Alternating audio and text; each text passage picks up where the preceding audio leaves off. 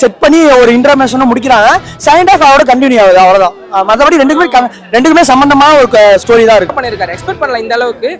Like நம்ம அந்த அவ பேச்சவ மூச்சவன ஒரு பிஜிஎம் இருந்துச்சு, அதுதான் போட்டு அடிச்சிருப்பாருன்னு நினைச்சேன். பட் இந்த ஊரும் பிளேட் வெர்ஷனை வந்து ஒரு மாதிரி ரீமிக்ஸ் பண்ணி போட்டிருக்காரு இன்டர்மிஷன்ல. அது ரொம்பவே சூப்பர். எனக்கு ஏன் லெவல் இல்ல தெரியும், சூப்பரா இருந்தது. அது ஜென்சி 90s கனெக்ட் ஆகும். கண்டிப்பா கண்டிப்பா கனெக்ட் பண்ணிருக்காங்க. ஏதோ பரிதாபங்கள்லேருந்து யாரும் வந்தாங்கல்ல, பரிதாபங்கள்லேருந்து யாரும் ஒருத்தர் வந்து அந்த பேர் எனக்கு தெரியல, அவரும் செம்மையாக பண்ணியிருந்தாரு. எல்லாரோட ஆக்டிங்கும் பயங்கரமானதாக இருந்துச்சுன்னா என்ன வேணாலும் பண்ணலாம். உண்மையான லவ்னா சொல்லுங்க, நான் சேர்த்து வைக்கிறேன். அந்த கான்செப்டை தான் ஃபுல் அண்ட் ஃபுல் இப்போ டிஃப்ரெண்டாக ட்ரை பண்ணியிருக்காரு. இந்த படத்தில் எப்படி இந்த கான்செப்டை வந்து ஃபேமிலி ஆடியன்ஸ்க்கு எப்படி ரீச் ஆகும் ஓடிடி இல்லை அப்படின்னு தெரியல. நல்லாவே போச்சு.